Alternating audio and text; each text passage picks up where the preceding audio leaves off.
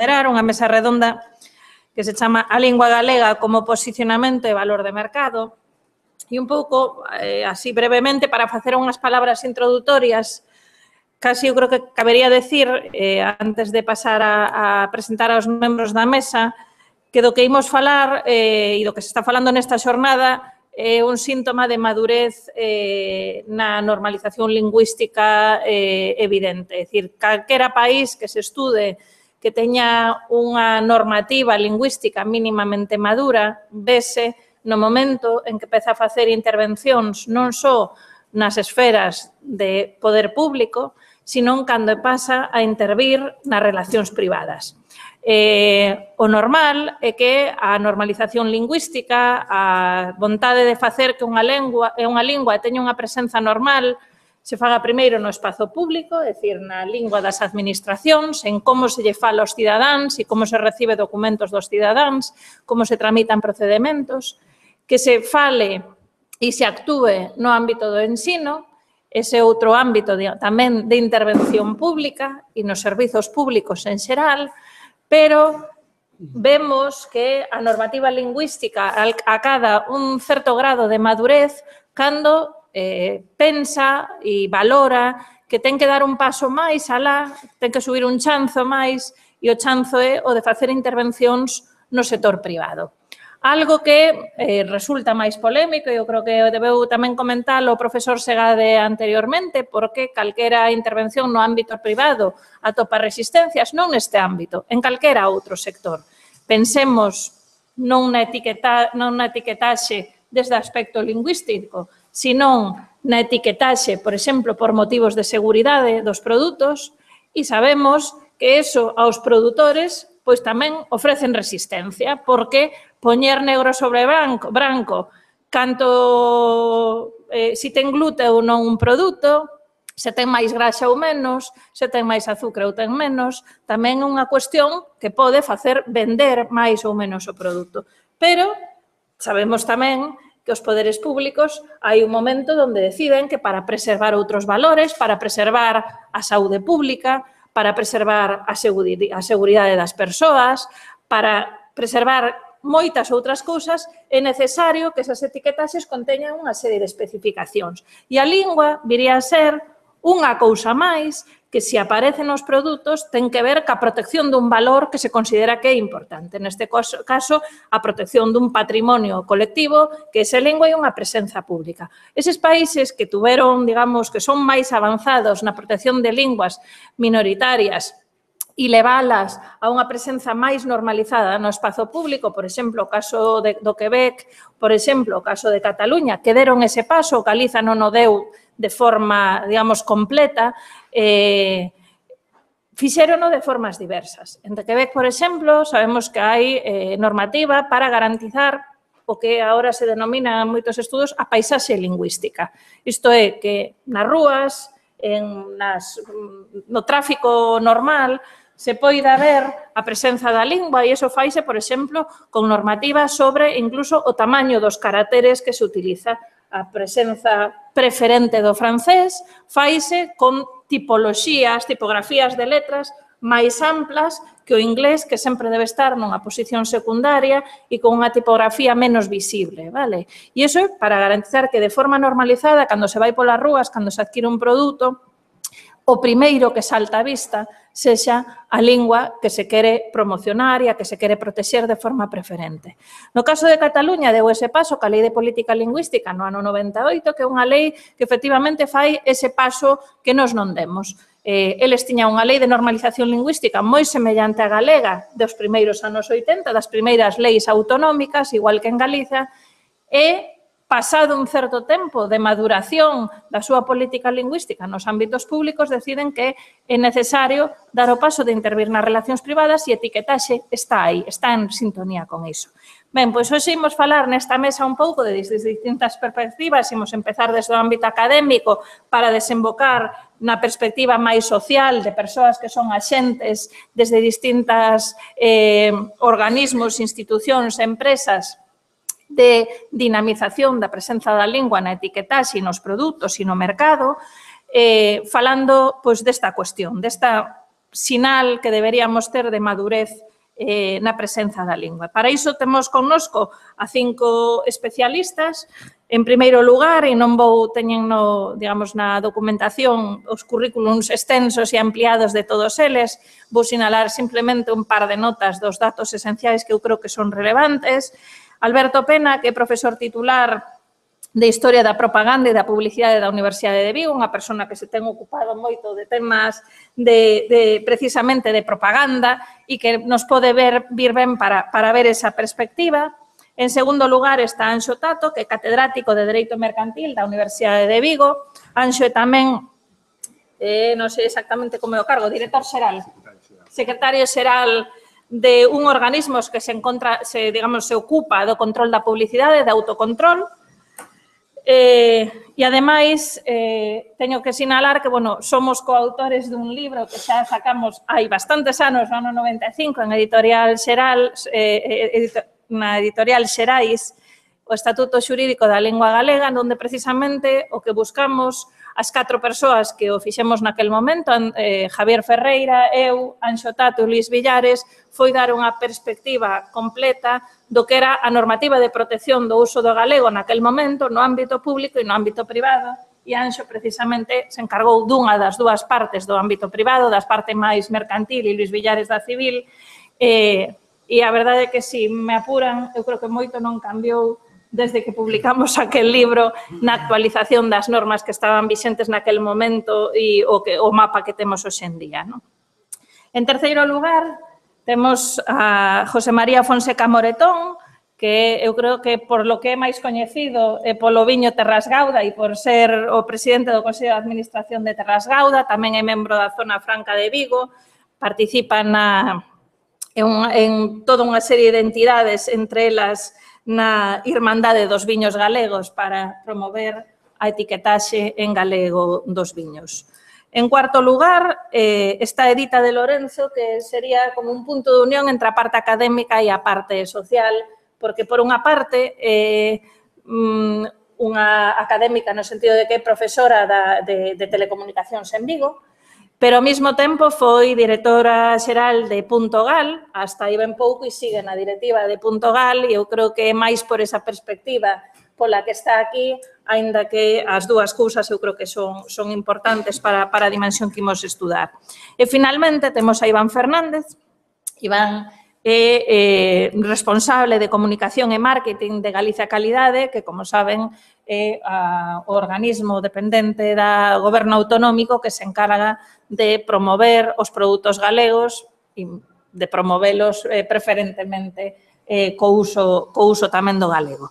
Entón, sen máis, voulles dar a palabra, darlles unha rolda de intervencións dos 10-15 minutos iniciais e despois facemos unha quenda do público e unha segunda rolda, no seu caso, da xente da mesa. Entón, imos empezar por esa orde. Alberto. Ok. Bos días.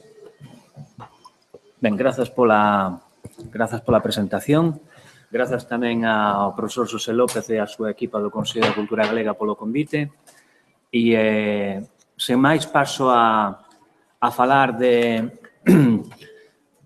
da etiquetaxe pero desde unha perspectiva publicitaria. Ou seja, eu fago unha abordaxe do obxecto de estudo dende o papel da publicidade, do discurso publicitario e da comercialización dos produtos galegos. Vou a facer unha simplificación, evidentemente, de moitos conceptos, de moitas ideas, porque só teño 15 minutos e vou andar, digamos, bastante apurado nesta visión panorámica dos diferentes elementos e datos relevantes que a mí me parece que poden ter algunha correlación con a etiquetaxe na lingua galega e a comercialización dos produtos. En primeiro lugar, a mí o que me parece moi importante é definirmos o que é un produto galego, non? Porque podemos entendelo de moitas maneiras. Un produto galego pode ser aquel produto que é etiquetado en lingua galega e que a súa comunicación, a comunicación do produto ao traverso da marca da empresa é en galego. Pero, mellor, o propio produto en sí ven de fora. Non se fabrica aquí en Galicia, porque acontece.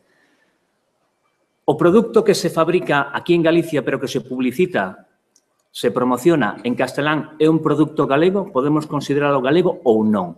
Quero dicir, hai moitas vertentes que nos levarían a pensar cales son os elementos cruciais, os elementos canónicos para establecer cales son as características dun produto galego. Non? Partindo desta caracterización xeral, eu establecín unha serie de elementos, 7 elementos que caracterizarían o que é un produto galego. Non? En primeiro lugar, un produto galego pode estar vencellado directamente á súa orixe xeográfica, a unha denominación de orixe. Non?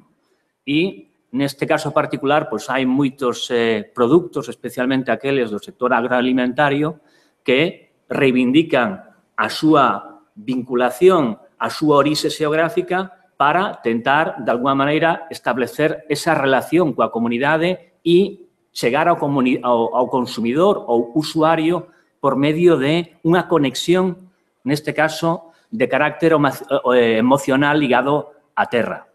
Outra característica que pode definir o produto galego é o nivel de autenticidade, o sea, todos aqueles elementos que poden inspirar e que ao mesmo tempo significan un compromiso coas tradicións do país. Non?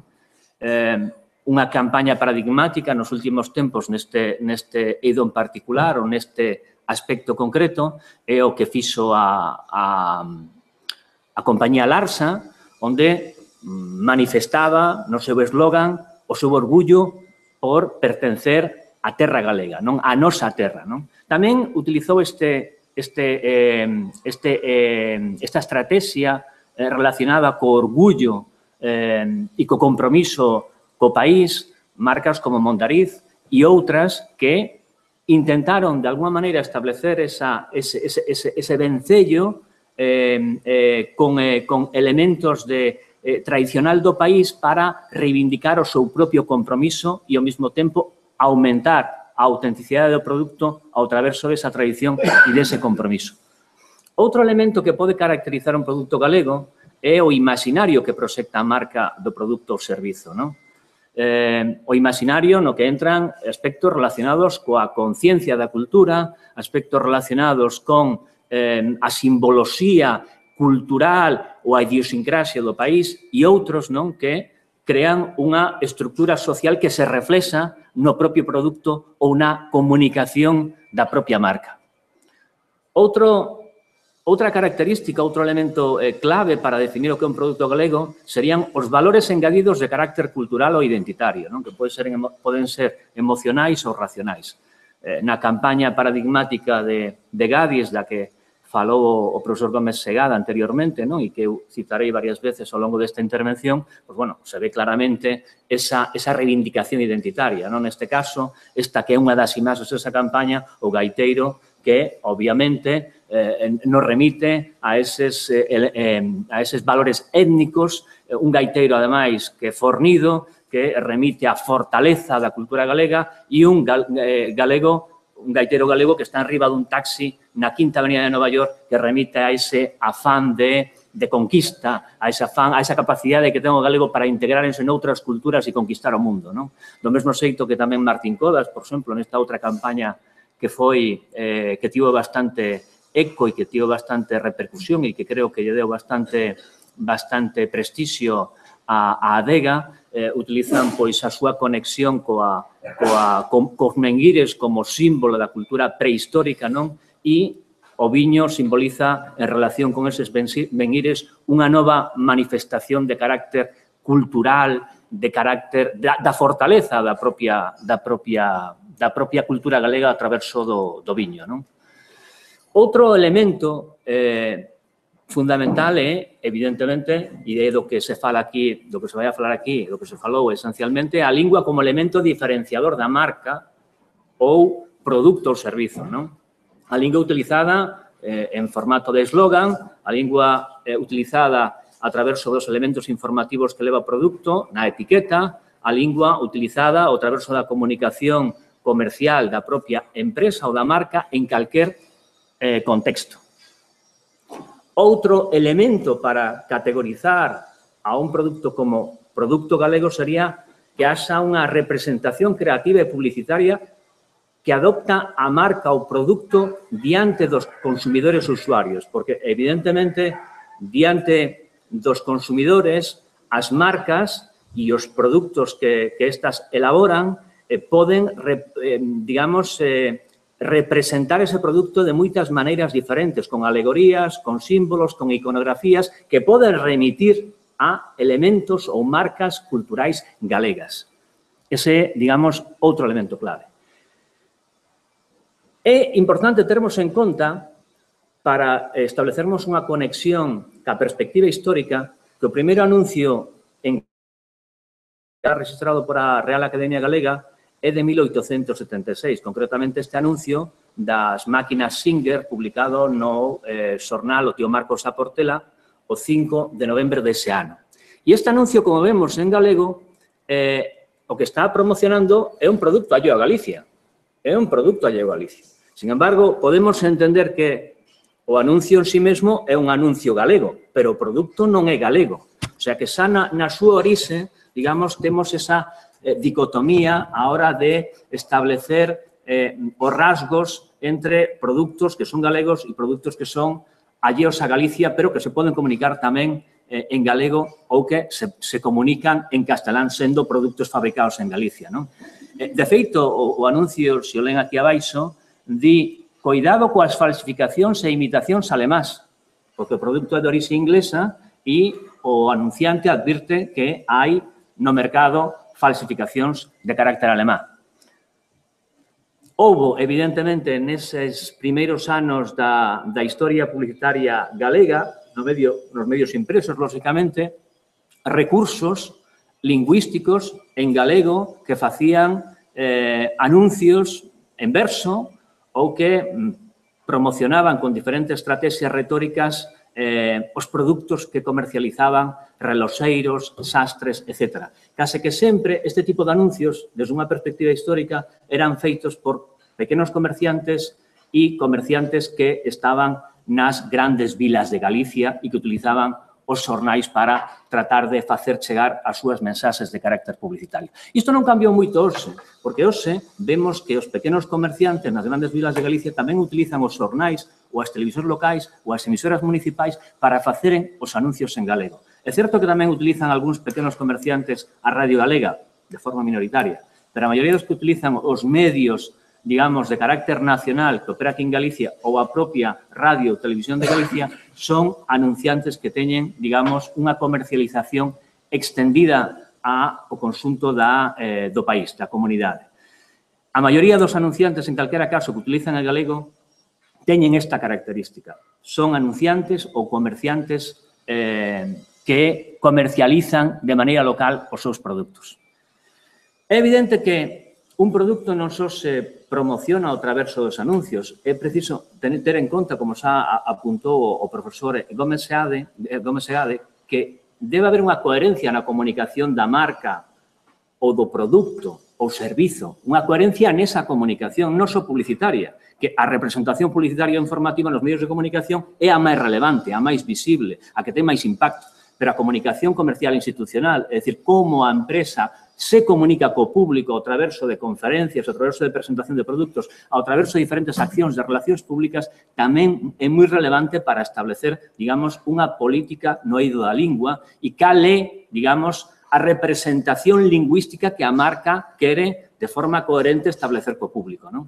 Evidentemente, a relación co consumidor ou usuario no ponto de venta tamén é importante. Se a marca fai campañas maravillosas en galego, utiliza os medios de comunicación, digamos, de masas para chegar ao seu público, pero logo no punto de venta utiliza o castelán, aí é unha contradición. Que cada marca, evidentemente, resolve a súa maneira, pero aí hai elementos, digamos, que non se compadecen con ese suposto compromiso coa cultura e coa lingua galega, non? Desa marca que anuncia en galego. E logo está o que é a presentación física do produto, que é basicamente o envoltorio e o paquete e a etiquetase, non? Que é tamén evidentemente relevante a hora de presentar o produto ao consumidor, a hora de establecer cal é o formato, a forma do propio produto e como a lingua se reflexa nese soporte en particular. Como a lingua, como a marca lanza, comunica as súas mensaxes de carácter publicitario ou informativo relacionadas, evidentemente, cos preceptos legais obrigatorios e o consumidor recibe esa información ou recibe esas mensaxes adheridas ao propio produto, non? Algúns datos relevantes para, digamos, continuar con esta contextualización sobre o uso publicitario da lingua propia polas empresas galegas. Son datos que eu saquei do informe do relatorio O Galego na Empresa, emprego do galego nas empresas, que é do ano 2006. Hai 10 anos, pero é o único estudio que hai sobre o uso da lingua por parte do empresariado galego. E aquí se conclúe que o 40,5% das empresas galegas non fan campañas publicitarias. Moitas pequenas e medianas empresas consideran que é un gasto que eles non poden permitirse e deciden non facer ningún tipo de comunicación de carácter publicitario. O 80%, sin embargo, dos anuncios difundidos nos diferentes medios de comunicación galegos utiliza o castelán. É dicir, aqueles que deciden optar pola publicidade ao traverso de medios de comunicación masivos ou medios de comunicación máis locais ou comarcais utilizan moi maioritariamente o castelán. Se facemos un desglose por medios, vemos que o 30% da publicidade radiofónica producida por empresas de Galicia é en galego. En cambio, un pouco menos, un 10% menos, deses anuncios televisivos no 20% son en galego. E, en canto ás mensaxes publicitarias en Internet, a cifra é semellante. É algo menor no caso das campañas en prensa. O 15% dos anuncios é en galego. Isto, evidentemente, nos dá unha idea da situación do galego na comunicación comercial. É unha lingua claramente minoritaria. O castelán é unha lingua, sen dúbida, dominante. E os empresarios, maioritariamente, apostan polo castelán.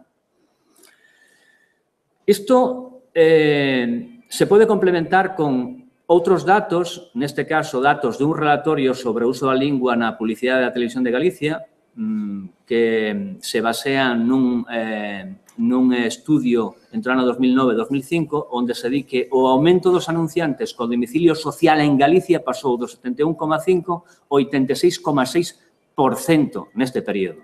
Sin embargo, houve un descenso no número de anuncios en galego, pasando do 50,03 ao 47,80. O sea, o número de anuncios caiu en galego.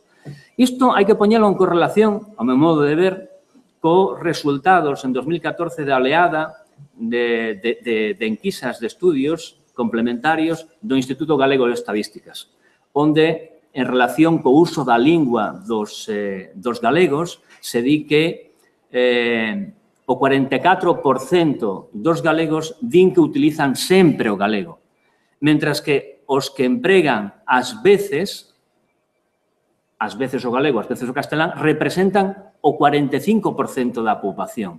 E o 11% di que nunca emprega o galego.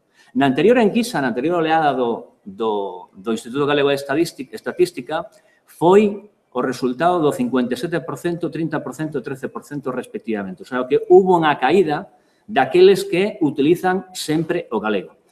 Por que digo que hai unha relación, ou debe haber unha relación entre isto e o uso da publicidade en galego? Porque, evidentemente, moitos empresarios, especialmente aqueles que fan campañas extensivas, utilizando os medios de comunicación, digamos, de masas, soen apoiarse a hora de confeccionar as súas campañas en agencias de publicidade que elaboran estudios de mercado.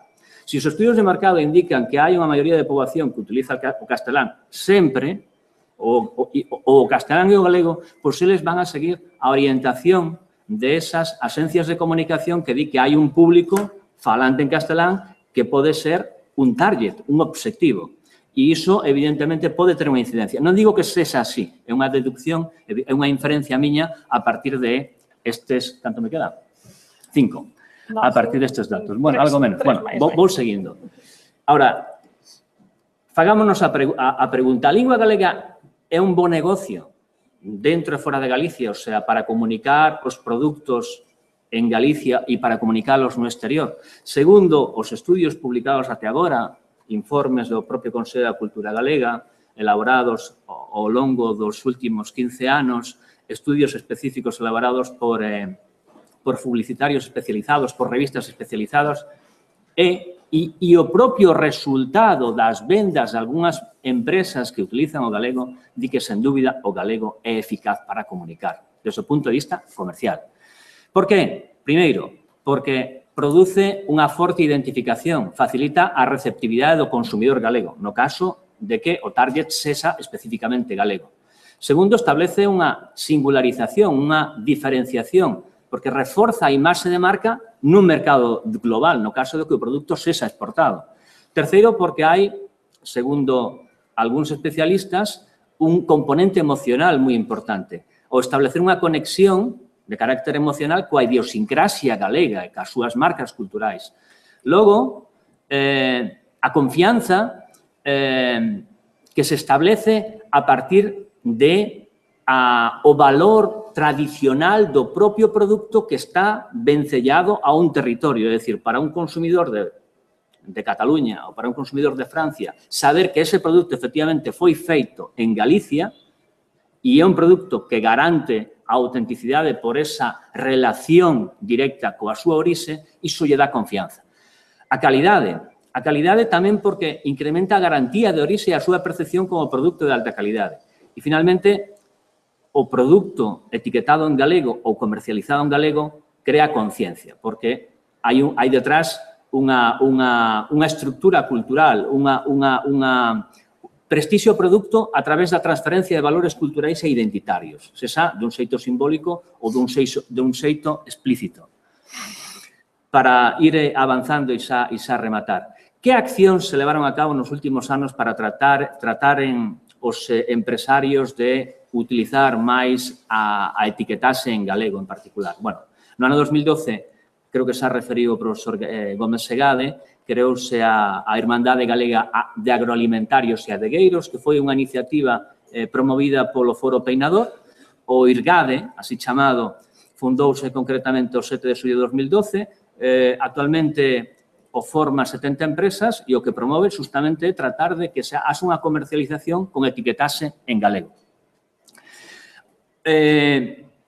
Recentemente, en 2016, tamén se asinou a Carta de Consumo Responsable e Solidario coas marcas que etiquetan en lingua galega, no que concellos como de Ferrol, como de Santiago, como de Coruña, Ourense e outros deciden, pois, comprometérense coa utilización do galego na comercialización dos produtos para tentar, entre outras cousas, comprometerse coa calidade e o aproveitamento sostible dos recursos naturais, recuperar as especies e variedades tradicionais, contribuir ao desenvolvemento económico do país e crear un sentimento de solidariedade cas empresas que etiquetan e difunden campañas en galego.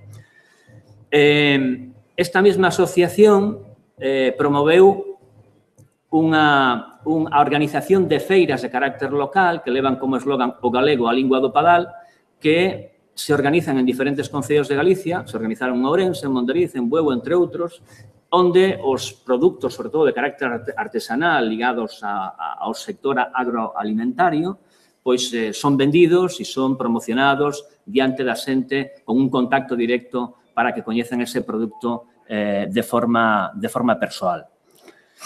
E só para termos unha idea dun caso paradigmático sobre a etiquetase en galego, e xa vou a rematar, prometo, segundo os datos do Foro Peinador, a evolución que seguiu a etiquetase no sector dos adegueiros é a seguinte en cifras. Nos anos 70 e 80 non había ningunha adega galega que etiquetara en galego.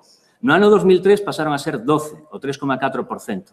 No ano 2006, 59, o 14,7%. No ano 2008, 115, o 26,1%. E o ano pasado foron 197 marcas. Marcas, algunhas de unha mesma bodega. Dun total de 440, que representa un 44,7%. Pero, iso en termos relativos, porque iso representa o 70% da produción total comercializada en galego. Só a Cooperativa do Ribeiro, por exemplo, que é unha das adegas que etiqueta en galego, comercializa 7 millóns de botellas. En conclusión, e xa para acabar, podemos decir que durante o século XXI nestes 17 anos que levamos, o uso do galego ven experimentando tímidos avances nas campañas publicitarias das empresas galegas. O castelán continúa a ser a lingua dominante na comunicación comercial en Galicia. Malia a desafección polo galego de algúns empresarios, a lingua galega é un medio eficaz para a promoción e venda de produtos ou servizos.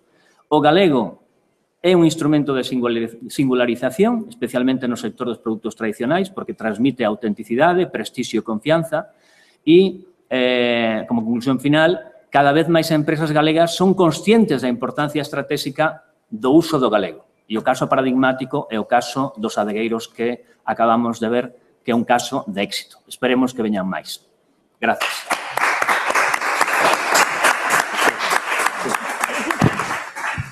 Anxo Tarto, a continuación. Ben, bons días a todos. Ante todo, quixera expresar o meu agradecemento ao Consello da Cultura Galega pola invitación para estar aquí con todos vostedes. Ben, vou-vos levar de novo ao mundo do dereito. Sinto sempre máis aburrido co mundo da publicidade, co mundo do marketing, pero o meu perfil profesional creo que non me permitiría falar de outras cousas. Por regla xeral, tendes a pensar que o emprego do galego na etiquetaxe dos produtos depende, se non exclusivamente, si polo menos principalmente, dunha decisión empresarial. O que quixera poñer de manifesto nos 15 minutos que me van dar, escasos, é que esta decisión empresarial enfróntase sempre a severos obstáculos legais. Isto é algo do que xa nos dimos conta cando hai moitos anos a Administración Pública sancionou unha empresa galega, Icamel, por etiquetar os seus produtos en galego. Nese momento, dimos conta de que non sempre a decisión de etiquetar en galego é unha decisión libre, incondicional, que podía ser adoptada sin ningún tipo de problemas. Ben, para comprender estes obstáculos, voume cinguir a continuación a expor o caso de etiquetaxe dos produtos alimenticios. Voume solapar un pouco, vou intentar que sexa o mínimo posible co que dixo o profesor Gómez Segade, pero quero cinguirme a etiquetaxe dos produtos alimenticios porque, ademais, neste caso, neste eido, podemos falar incluso dunha clara involución. Alba, na presentación, falaba de cando hai 10 anos escribíamos xuntos o libro sobre o Estatuto Xurídico da Lingua Galega. 20 anos. Dios santo. 20 anos. Pois decía que as cousas non mudaran moito. Non mudaron para mellor, mudaron para peor. Vou intentar explicar. Dixo xa o profesor Gómez Segade, o punto de partida atopámolo no dereito comunitario europeo na Directiva 79/112, directiva que posteriormente foi sustituída pola Directiva 2000/13. Estes dous textos en ningún momento impoñían nin permitían que se impuxese ningunha lingua na etiquetaxe dos produtos alimenticios. Se limitaban a exixir que a etiquetaxe figurase nunha lingua facilmente intelixible para o consumidor e, no caso, ademais de que a lingua non fose facilmente intelixible para o consumidor final, que se completase a información do consumidor a través de pictogramas, símbolos, etc. Sobre a base destas dúas directivas, houve unha constante xurisprudencia do Tribunal de Xustiza, tamén a relatou o profesor Gómez Segade, a máis destacada foi a sentencia Peters, que declarou incompatibles co dereito comunitario europeo calesquera normas nacionais que impuxesen unha lingua ou un idioma determinado na etiquetaxe dos produtos alimenticios. Ben, este estatus ou este estadio do dereito comunitario europeo, esta situación do dereito comunitario europeo, foi severamente criticada, pero foi severamente criticada precisamente por territorios con linguas minoritarias no eido da Comunidade Europea. Non me estou a referir do galego castelán euskera, que ni siquiera son linguas oficiais da Unión Europea, como xa dixo antes, estou a referir a linguas como o danés, o sueco, o finés. Os territorios onde estas linguas eran oficiais expresaron o seu temor a que esta apertura do dereito comunitario europeo á utilización de calquera lingua, sempre cando fose facilmente intelixible para o consumidor, supuxese unha generalización absoluta das etiquetaxes en inglés, francés, alemán, pero sobre todo en inglés, e, por lo tanto, supuxese a práctica desaparición destas linguas minoritarias de etiquetaxe dos produtos alimenticios. E plantexaron unha reforma do dereito comunitario europeo, unha reforma que permitise aos Estados membros impor a utilización da etiquetaxe dos produtos dunha determinada lingua, dun determinado idioma. Ben, estes plantexamentos acabaron tendo éxito, promulgouse a Directiva 97/4, que posteriormente foi sustituído polo que o actualmente vixente Regulamento 1169/2011, vale? Que, como lles dixo o profesor Gómez Segado, non vou insistir. En principio, como principio xeral, se limita a exixir que a etiquetaxe dos produtos alimenticios figure nunha lingua facilmente intelixible para o consumidor, pero que permite tamén que os Estados membros impoñan o uso dunha lingua oficial da Unión Europea nesa etiquetaxe. Ben, España foi un dos estados que fixo uso desta posibilidade, de xeito que na actualidade a norma xeral sobre etiquetado, presentación e publicidade dos produtos alimenticios obriga a que a etiquetaxe dos produtos alimenticios figure, alo menos, en castelán. Ben, hasta aquí, creo, o solapamento co que dixo o profesor Gómez Segade e a exposición do que é o réxime xurídico actualmente vixente. Ante o primeiro que eu quixera amosar é o paradoxo que supón que unha normativa que foi adoptada para a tutela das linguas minoritarias na Unión Europea fose finalmente aproveitada no Estado español para impor a utilización do castelán precisamente en prexuízo das linguas minoritarias do Estado español. Isto é certamente sorprendente, pero iso foi o que sucedeu. O segundo que quixera manifestar é a miña sorpresa ante un debate serio sobre a constitucionalidade dunha medida como esta. Cando o profesor Gómez Segade falaba das sentencias do Tribunal Constitucional que se produciron como consecuencia da promulgación da normativa estatal que impoñía a utilización do castelán na etiquetaxe dos produtos alimenticios, creo que xa o dixo, insisto, a análise do Tribunal Constitucional foi puramente formal. O Tribunal Constitucional se limitou a analizar se o Estado era competente para adoptar unha norma co carácter de norma básica que impuxese a utilización do castelán na etiquetaxe dos produtos alimenticios. Pero non atoparán vostedes na xurisprudencia do Tribunal Constitucional unha reflexión mínimamente seria sobre, dende unha perspectiva sustantiva, un material sobre a constitucionalidade da medida. Unha constitucionalidade que ofrece severas dúbidas, polo menos na súa aplicación a aqueles produtos que vayan a ser comercializados exclusivamente en Galicia. É constitucional que cando un produto vai ser comercializado exclusivamente en Galicia se lle impoña etiquetaxe en castelán, non se lle permita etiquetaxe exclusivamente en galego, é dubidoso.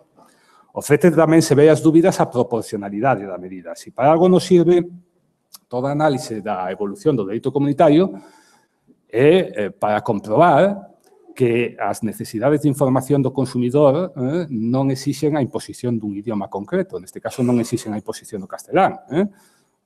O dereito comunitario europeo, no seu estadio inicial, nos demostraba perfectamente que as necesidades de información do consumidor se podían cubrir perfectamente limitándonos a exixir unha lingua facilmente intelixible ou incluso permitindo que a información do consumidor se complemente a través de pictogramas, símbolos que proporcionen ao consumidor a información que non poida chegar a proporcionar a linguaxe escrita. Ben, por lo tanto, insisto, provoca sorpresa o estadio actual da legislación na materia. Unha legislación que, ademais, incide nunha tendencia, creo que unha tendencia bastante marcada ao que se podría chamar a desoficialización do idioma galego no tráfico mercantil. O suposto da etiquetaxe dos produtos alimenticios é somente un exemplo, foi no que me centrei, pero o que acabo de decir é perfectamente extensible á normativa que regula a etiquetaxe dos produtos cosméticos, a normativa que regula a etiquetaxe dos produtos industriais, perfectamente extensible á normativa que regula o idioma que hai que empregar en certos registros públicos, etc. Creo que hai unha tendencia marcada a desoficialización do galego en certos ámbitos ou en certos campos do tráfico mercantil. Obviamente, creo que esta tendencia debe ser revertida, pero mentras non sexa revertida, hai que preguntarse sobre si quedan espazos, sobre si quedan ventás para a utilización do galego na etiquetaxe dos produtos. Eu creo que esas ventás existen. Non se están a utilizar. Logo nos preguntaremos polas causas polas que non se están a utilizar, pero existen. O primeiro espazo ven da man da propia norma xeral de etiquetado, presentación e publicidade dos produtos alimenticios. Como lles dixo o profesor Gómez Segade, esta norma impón a utilización do castelán na etiquetaxe, pero ao propio tempo establece unha excepción. Os produtos tradicionais distribuídos exclusivamente en Galicia poden figurar exclusivamente, ou a súa etiquetaxe pode figurar exclusivamente en galego. Non é necesario que figure en castelán.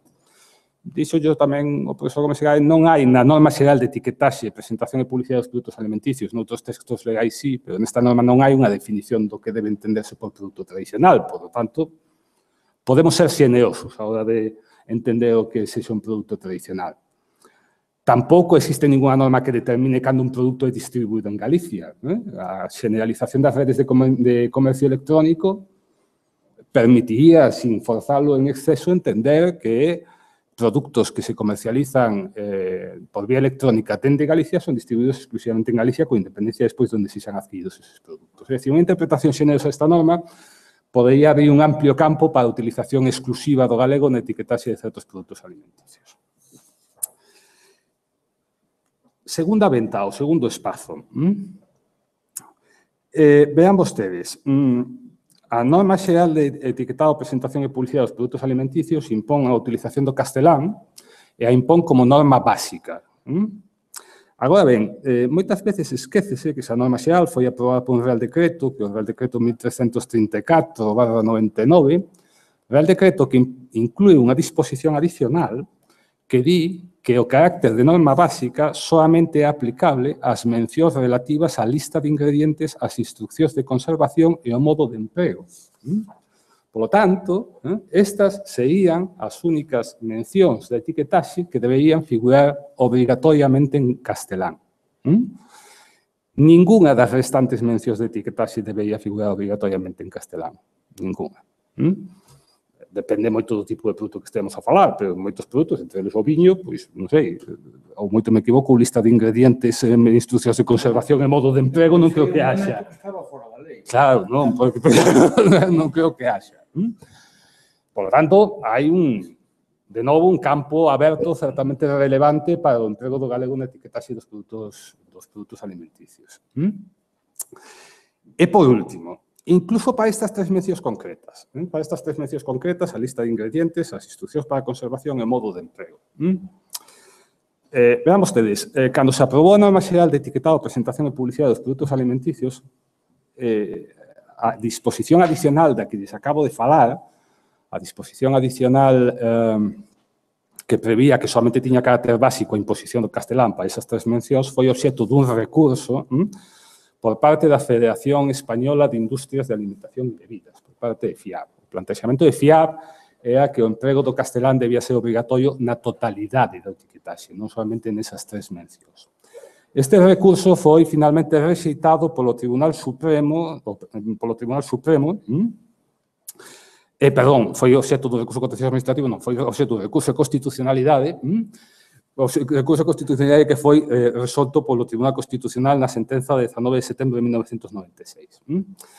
Tanto nesa sentenza como na posterior sentencia, na máis recente sentencia que acaba de dictar o Tribunal Constitucional ao fío do Código de Consumo catalán de 4 de xullo de 2017, dese mesmo ano, se inclúe un párrafo que eu creo que é moi esclarecedor. Vou ler textualmente en castelán, porque é o idioma original da sentencia, di o seguinte: el Estatuto de Autonomía impone a la Generalidad, lamento, pero a sentencia de generalidad, despois non se extraña que os cataláns se carguen, pero bueno, impone a la Generalidad el deber de garantizar el uso normal de los dos idiomas de tal modo que, con independencia de que no estemos ante un título competencial en el sentido estricto de la expresión, no puede resultar enteramente indiferente a aquella el modo como el Estado, con ocasión del ejercicio de sus propias competencias, aborde sus aspectos lingüísticos. Ahora bien, esto es importante. Es claro que el precepto impugnado no obstaculiza en modo alguno el mandato contenido en el citado artículo 3 del Estatuto de Autonomía de Cataluña, a partir de la prescripción estatal con arreglo a la cual los datos obligatorios del etiquetado se expresarán necesariamente al menos en castellano, la Generalidad se encuentra plenamente habilitada para establecer igual necesidad por lo que hace a la lengua catalana. Sin atención a lo establecido en el artículo 3 del Estatuto de Autonomía de Cataluña, lo considera procedente. Fíxense que abre, polo tanto, un espazo non para a promoción do galego, promoción da que, igual que o profesor Gómez Segae, empezou a estar algo falto, sino para a adopción de medidas de utilización obrigatoria do galego na etiquetaxe dos produtos alimenticios. Polo tanto, volvendo ao ixe, remato xa, é certo, existen obstáculos. O panorama legal non é o que nos gustaría, deberían ser removidos, pero non son excusa. hai un amplo espazo para a utilización do galego na etiquetaxe dos produtos alimenticios. Sexa na etiquetaxe íntegra en galego dos produtos tradicionais que vayan a ser distribuídos en liña desde Galicia. Sexa para a etiquetaxe en galego de todas aquelas partes da etiquetaxe que non sexan a lista de ingredientes, as instruccións de conservación, etc. Ou sexa incluso para a etiquetaxe bilingüe destas tres mencións concretas, da lista de ingredientes, o do modo de conservación e o modo de emprego. Pese a que existen estes espazos, como digo, non se están a empregar. Si eu descoñezo por completo a causa, pero eu creo que se nos poñemos a indagar a causa, poderíamos apuntar polo menos dúas. A primeira foi apuntada xa polo profesor Gómez Segade, levamos moitos anos no terreo da promoción, do fomento, sin adoptar medidas realmente contundentes. Pero a segunda exixía tamén indagar un pouco no propio tecido empresarial e nos propios consumidores galegos. Veamos ustedes, Alba facía referencia cando me presentou a miña doble faceta profesional. Son catedrático universidade, pero teño tamén unha faceta profesional como secretario xeral de autocontrol. Como secretario xeral de autocontrol nos dedicamos basicamente á verificación da publicidade. O control da publicidade antes de que esta sexa difundida pasan por nós, alrededor, falábamos antes, entre 250 a 300 campañas publicitarias diarias. Levo 20 anos vendo como sistemáticamente as empresas nos pasan para o informe as campañas publicitarias en catalán e en castelán. Dende 20 anos, tanto as empresas catalanas como as que non o son, as grandes multinacionais, Procter & Gamble, Henkel, en catalán e en castelán. Non nos las pasan en galego. A razón, ou cando poidamos indagar ou averiguar a razón ou coñecer a razón pola que as empresas se sinten obrigadas a formular a súa publicidade en catalán e en castelán, pero non se sinten ou non sinten esa mesma necesidade para facelo en galego, cando consigamos indagar esa razón, pois a mellor temos dado un paso bastante importante para alonxarnos desas medidas de promoción e empezarnos a tomar un pouco en serio xa a etiquetaxe en galego dos produtos alimenticios ou de calquer outro tipo de produto. Moitas grazas.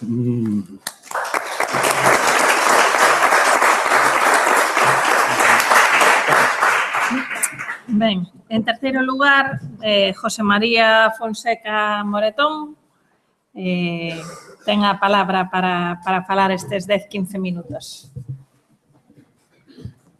Non, eu creo que vou a ser moito máis breve que todo iso por unha razón, é dicir, porque eu creo que o meu papel aquí non é, ni moito menos, analizar toda esta casuística que se está falando, senón máis ben dar unha visión personal desde o mundo da empresa, bueno, no caso como noso dunha empresa que desde o minuto 1 etiquetou en galego polas razóns que agora direi. Quería comentarlle ao profesor Alberto Pena que na súa disertación, cando falou, digamos, dos esforzos bueno, por entrar nesta mundo do etiquetaxe en galego, de leválo ao eido empresarial, a todo isto, pois, home, hubo aí unha man de empresarios que nun intre determinado fixamos a Fundación Galicia Empresa con ese obxectivo, e, bueno, seguramente non fixemos ni moito menos todo o que se podía facer, pero, bueno, eu creo que unhas cuantas cousas sí que conseguimos. É que quedaba no tinteiro e me parece que non debíamos esquecer o que foi a Fundación Galicia Empresa. Respecto do demais, o primeiro, darlle as gracias ao Consello da Cultura Galega por terme invitado para esta historia e farei unha moi breve reflexión dende o meu modesto punto de vista dentro do mundo económico e do mundo económico alimentario. O mundo económico, financiero e comercial, desde logo, non é alleo a globalización e a iso que se deu en chamar a aldea global. E os galegos algo de aldeas sabemos, non? Nesta revolución de comunicación que estamos a vivir, O coñecemento de todo tipo e a información tema o alcance da man e trae a máis a necesidade de afondar na autoestima e reafirmación para ser alguén na aldea. Decía meu amigo o pintor Pep Lodeiro, coidado conmigo, mirade que eu teño un ego moi personal. Por eso, en clave de humor, este ego moi personal, xunto coa vocación universal e a capacidade de solución que a nosa terra, sen dúbida, entendo que deben enmarcar a singularidade e a calidade que deben ter, ao meu entender, os nosos produtos para colocalos nesta aldea da que falaba. O certo é que, no referente a nós, nunca se nos ocorreu etiquetar noutro idioma, aínda que nos tempos que o fixemos non era o normal. Pero tamén debo decir que xa se empezaba a atisbar a normalidade entrecomillada por todos estes análisis que se están facendo aquí que comparto en términos generales. Os fundadores, entre nós, os que fundamos Terra Sauda, e entre eles o accionista e artista desaparecidos fai anos, Paco Mantecón, que foi autor da etiqueta, sempre falamos en galego. Claro, un viño galego, feito por galegos e cunhas castes que se chaman Albariño, Loureiro, Treixadura, Caíño Blanco, parece normal que, aínda que teña a vocación universal que en xeral temos os galegos, se fixera no noso idioma. Entón, negámonos dende o minuto 1, non quero decir a palabra, pero creo que se me entenda, entrecomillando, a evangelizar, entendendo que o normal era o que facíamos. E non facer, ou procurar non facer, nunca bandeira, senón facelo con absoluta normalidade nun país que en aquel intre carecía desta normalidade e sigue carecendo, e moito me temo que vai a seguir moitos anos sucedendo todo isto, porque se isto, as causas que en Galicia nos levaron a ter unha situación de feito, o extrapoláramos hoxe, por exemplo, o mundo económico-financiero de xente moi importante, chea de carteiras e de traxes de Armani e de todo eso, co inglés con respecto ao castelán, chamándolle a cousas que no castelán teñen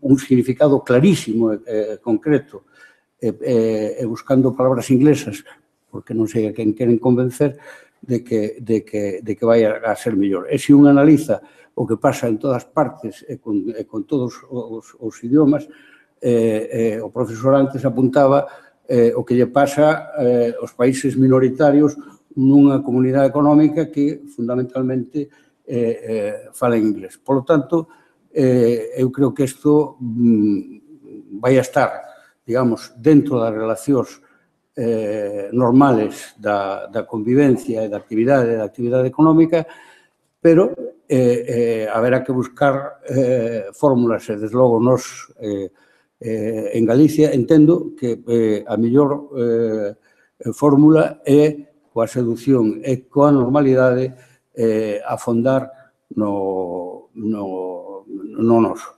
Neste sentido, os resultados nosos están aí. É dicir, hoxe exportamos a 70 países, máis ou menos, en números redondos, que compran, por decirlo claramente, a nosa identidade e a nosa singularidade. Esta é a miña primeira reflexión, porque creo que ser unha mesa redonda é moito máis enriquecedor o debate que o que eu poida decir. Nada máis, moitas gracias.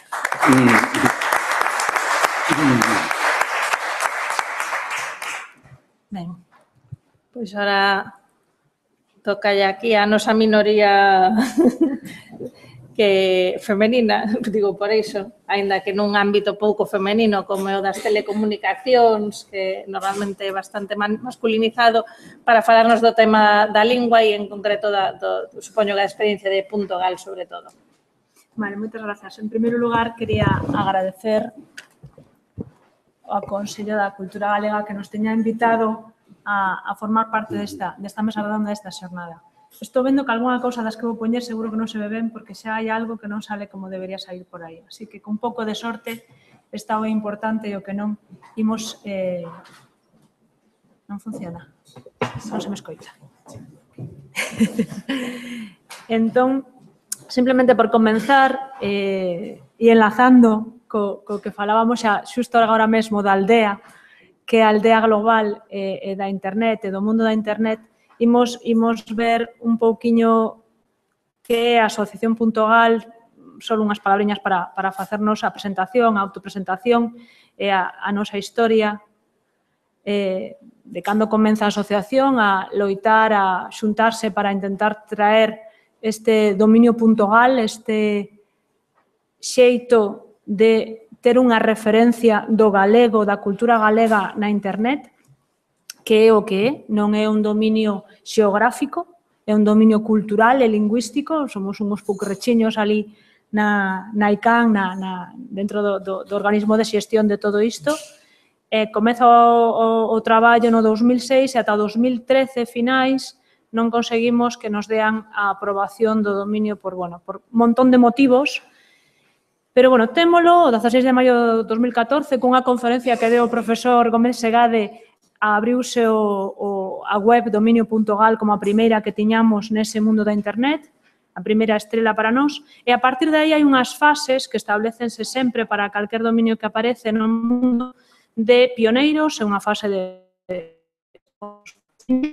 que ven á luz o día 25 de xullo, e despois unha fase que se chama de lanzamento, na que se trata de que todos aqueles que teñan algo que coller como nome, unha referencia xeográfica, política, ser donos dese nome, desa marca, poden facelo simplemente aducindo que son eles os donos. Co cal hai unha entrada masiva en moitos dominios, no noso caso moito menos masiva, de todas as marcas que queren poñerse xa na internet co seu distintivo sin ter ningún prexuízo.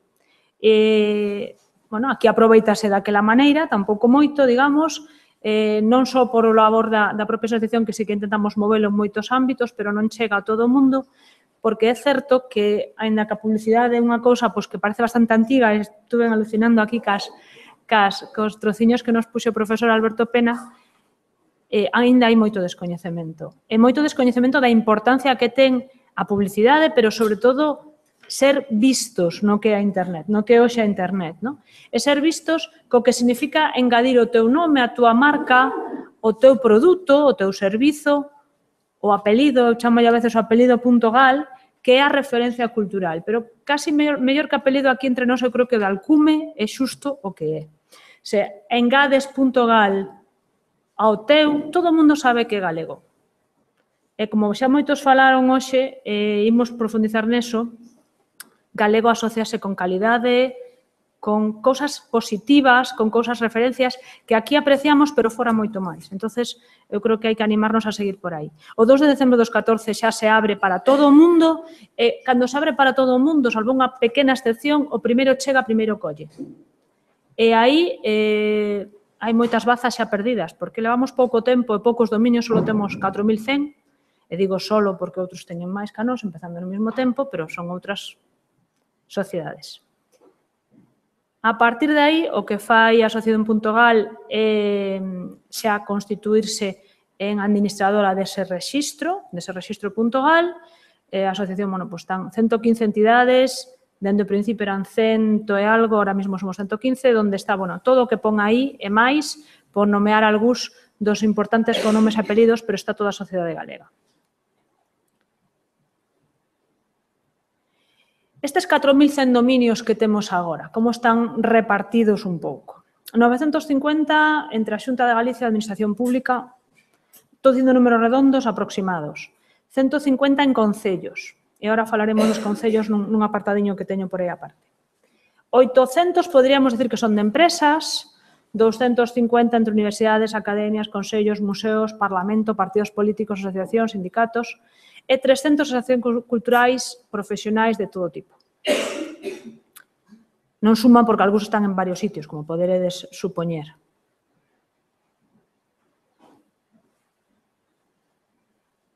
Esta é un pouco a distribución xeográfica, os números que temos agora mesmo, 85,7% están registrados en Galicia, o 4,1% fora de España, iso que como asociación pequena, voluntaria e con traballo nos ratos libres da maioría non podemos dedicarnos dun xeito serio a facer publicidade fora, porque senón eu creo que alén do que Galicia xeográfica teríamos moitísimos máis. Hai moita xente da emigración que sí que entende todo o que significa internet, porque a usa todos os días para comunicar ca familia, e sí valora amosarse fora como galego cun .gal.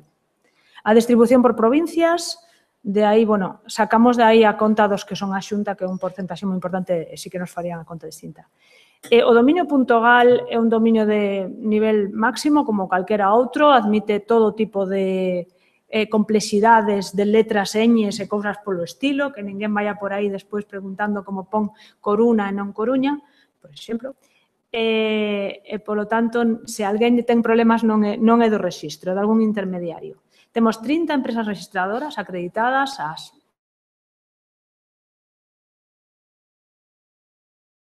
diremos que 11 delas teñen o 95,6% do total. E unha empresa registradora galega ten o 60% dos dominios registrados. Bueno, tamén porque os da Xunta van a través de aí, que é unha empresa que vai estar na tarde falando aquí, así que xa eles mesmos contarán desto de máis cousas. E que sempre estiveron apoiando tamén a asociación e o rexistro dende o principio. Vantaxes por nomear algunhas. Visibilidade. Se un pon que é .gal, xa sabe todo o mundo que é galego. Non hai que decir moito máis. Condicións para ser un .gal. Falar ou ter que decir algo que teña que ver ca cultura galega. Non é requisito estar en galego, aínda que é a maneira máis fácil de decir que un é que ten que ver con Galicia. Eso estamos intentando que todo o mundo entenda, que todo o mundo comprenda. Esa visibilidade é moi importante se un quere vender cousas. Se un quere vender cousas nesa aldea global, onde é tan difícil vender algo e dicir eu tamén teño algo distinto ou algo de calidad. A referencia máis importante. Achegamento. Isto do achegamento é algo moi importante. Nós non o entendemos, ou, perdoadme, algún non o entende. Pero cando unha empresa compra algún produto ou servizo galego e unha empresa de fora, os 2 días ou os 3 está comprando o dominio .gal. A da que me preocupou, colleulle alguén, non a colleu, non se preocupou, non a ten, non se preocupa de nada. Pero a de fora de aquí, se compra unha empresa galega ou polo que sexa, cambia de dirección de accionariado, entón coñe xa o dominio. Por que? Cando alguén quere vendernos algo aos galegos, entende rapidísimamente que o mellor é facelo en galego en un dominio .gal, porque cree que coasí se achéganos. E despois a rapidez nas buscas ou que só son 4100. É moito máis doado encontrar algo en 4100 que en milleiros de .com, que xa non hai .com disponibles, ahora van co .co ou outra cousa. Deso deberíamos ser conscientes en todos os sentidos. Estamos falando de fomentar, de promocionar ou de a vaquiña polo que vale, non? Solo un momentiño para comentar o dos concellos. Os únicos nomes reservados que fixo a asociación en previsión de que nesa fase de lanzamento non se colleran todas as marcas ou nomes interesantes foi a de reservar os nomes dos concellos. Tal xeito que para registrar un nome dun concello ten que vir asinado por alguén que poña que é o concello dese sitio. E son as únicas, digamos, que o rexistro ten control sobre elas. Control a priori. Todas as demais se cumplen cas nosas reglas de boa fe, bo comportamento e non poñen o que non deben a nivel penal, xurídico por aí, non podemos facer nada. Porque as nosas leis, os nosos contratos cos registradores, que son os que venden os dominios, non lo impiden por completo. Entón, reservamos os nomes dos concellos e eles, bueno, tamén a FEGAMP é unha dos dominios pioneiros. Enseguida colleu a FEGAMP a palabra concellos.gal, de tal maneira que se un pon concellos.gal vai directamente a FEGAMP. A doble vía de chegada, os dobles nomes. Por suposto, para que quere ir a FEGAMP sabe o que é, o que quere ir ao concellos, pon concellos e xa está, pero tamén para evitar que outro, que non foran algo que tuvera que ver cos concellos, collera a palabra. E por aí hai algo tamén que prever. A nos interesa que todo o mundo use o dominio.gal que ten registrado como asociación, pero creo que incluso como comunidade. Pero tamén nos interesa que ninguén que vai a facer un uso non debido, non axeitado ou non bonito da nosa marca non la colla. E iso é algo que ainda falta por chegar a moita xente, non? Bueno, estaba aí o Concello de Pontevedra, que é un dos que usa o Pontevedra.gal dende o principio e moito. Hai outras entidades, non? Como, por exemplo, bueno, pues, o Colexio Profesional de Xornalistas de Galicia, tamén pioneiro, forma parte da directiva, algún dos integrantes dese colexio da directiva, e por o que sexa, porque saben do que estamos falando, colleu xornalistas.gal. Podía ter collido CPXG, que é o que fan algúns outros, non? E ningún de nós saberíamos de que estamos a falar, pero colleu xornalistas.gal. O Consello de Abogacía Galega colleu abogacía.gal e colleu abogados.gal. Dende moi ao principio, e ademais creo que o correo electrónico funciona dende fai moito tempo no Consello de Abogacía para todos os seus usuarios, non? E está apoiando e está difundindo galego. Arquitectos.gal, isto foi unha búsqueda así un pouco show que fixen estes días preparando isto, é unha empresa, supoño que boa, fai cousas bonitas, por aí se ven, de arquitectura. A ocasión e a oportunidade. Outras entidades importantes que estiveron con nós dende o principio pois son o Consello da Cultura Galega, non o poño porque todos veríamos a web estes días entrando para ver as xornadas, a Academia Galega, poño aquí o portal das palabras.gal porque é un traballo feito entre a Academia Galega e a Fundación Barrié para falar das nosas palabras cun montón de xogos, de actividades lúdico-festivas que enganchan a todo o mundo para medrar no vocabulario galego e a min encántame. E outra un pouco xa máis en serio e con xente de dereito na mesa, lex.gal, que é un traballo que eu creo que é moi importante e co seu nome se identifica o que é, non? Este dereito galego consolidado que todos podemos atopar cousas. Non sei como vou de tempo, apuro máis, 3 minutos. Vale, dame de tempo de sobra. Poño aquí, para empezar, como exemplo máis de .gal, a Recentolo.gal, que é unha empresa de deseño que todos coñecemos, as súas versións en inglés das frases galegas e ao revés, e de todos os chistes que levamos nas camisetas por aí no verao, e que tamén é un dos que estivo na fase de pioneiros e colaborando con nós. Enlazando coas palabras, pois centoleando.gal é un blog de alguén que nos fala de cousas de cultura, daqui e dalá, poñéndoas en galego e contándonos de que vai. E seguindo coa cultura, pois por nomear as escolas da terra.gal como un exemplo das múltiples asociacións, escolas de cultura, de tradición, de música, baile, de diferentes cousas que ofrecen e que nas súas comarcas, nas súas pequenos sitios, entenden que o seu é aparecer na internet cun .gal. Enlazando por aí o Festiletras, webs dedicadas exclusivamente a un acto que se fai unha vez ao ano, uns días, e aí temos o programa de todo o que foi. Como exemplo do uso das palabras, non me sale aquí a da baixo, aquí está. Espello.gal, o uso dunha palabra ben bonita, e que ningún, non sei, fabricante de espellos utilizou previamente, este blog de divulgación de ciencia. E conta cousas moi interesantes, científicas, nunha lenguaxe, eso de facer a lenguaxe que se entenda, que todos podemos entender ainda que non teñamos nin idea de que vai. Cunha palabra, pois eso, ao outro lado do espello que se pode ver. Area.gal, collemos unha palabra ben sinxela, ben coñecida, porque é a marca desa empresa constructora. E xa vou enlazando con empresas e con produtos agroalimentarios dos que falamos hoxe tanto e ben.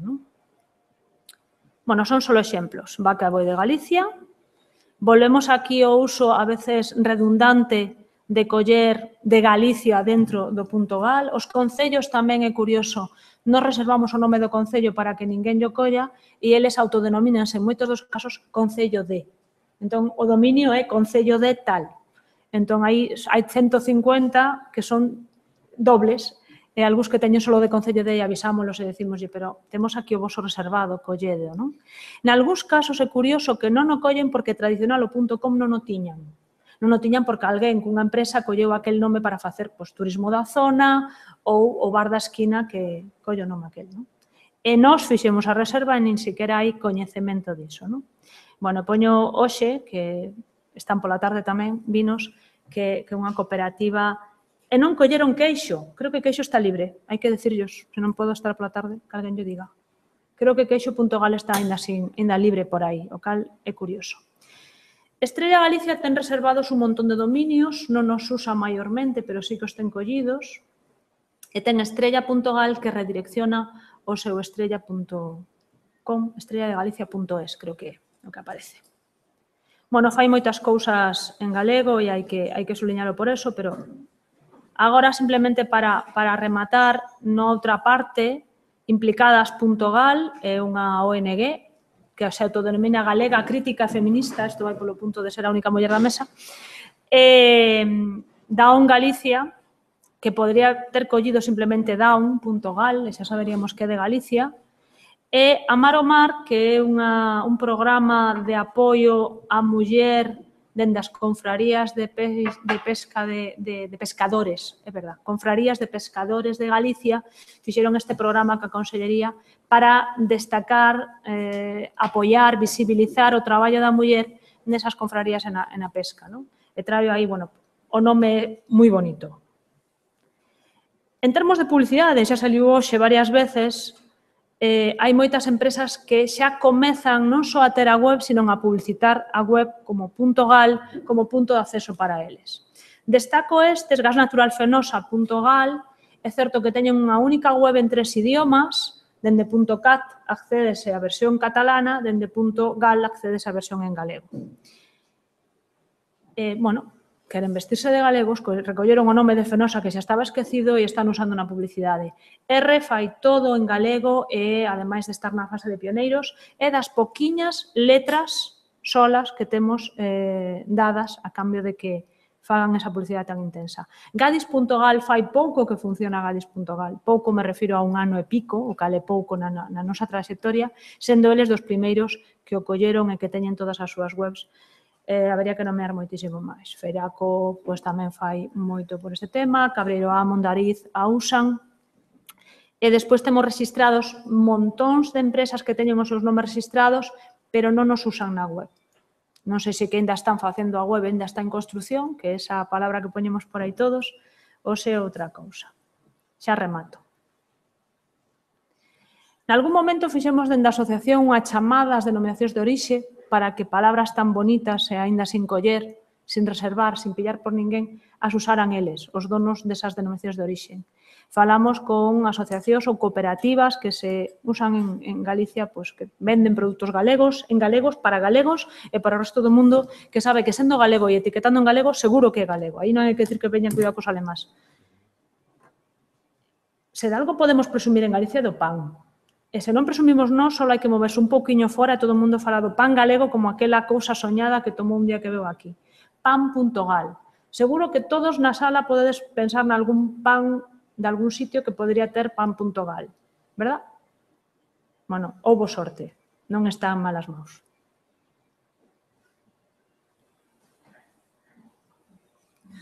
E da Xunta, todo sexa porque xa nenos. Pero aí está, estivo moitísimo tempo libre.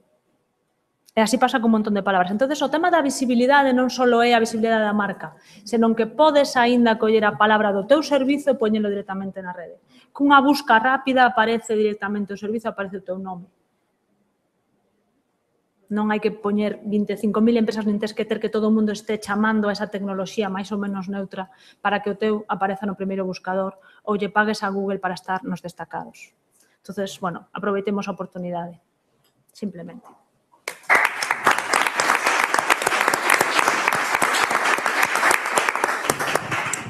Ben, para finalizar, Iván Fernández por Galicia Calidade. Bueno, bo día a todos. Agradecer ao Consello de Cultura Galega a chamada Galicia Calidade un pouco para vir e falar que podemos aportar nestas xornadas, non? Como sabedes, Galicia Calidade está un pouco no ideario colectivo galego, non? Nos profesionalmente que estamos ali, pero a mellor vos tamén vemos que cada vez que algo bonito ou bo pasa de Galicia, pois sempre se engade o calidade, non? Portadas de xornais cando o Dépor ou o Celta ganan un partido ao Madrid ou ao Barça, ou milleiros de fotos cada día en Twitter, Instagram e redes sociais onde se asimila unha boa comida, un bo paisaxe ou Galicia Calidade, non? Pero non somos algo máis que un eslogan, non? Somos unha marca de garantía. No ano 1991, supoño que a maioría lembraredes, a Xunta fixo un spot publicitario no que se promocionaban varios produtos que podían ser franceses, alemáns, italianos, pero que realmente eran galegos. Ese spot acababa co eslogan Galicia Calidade.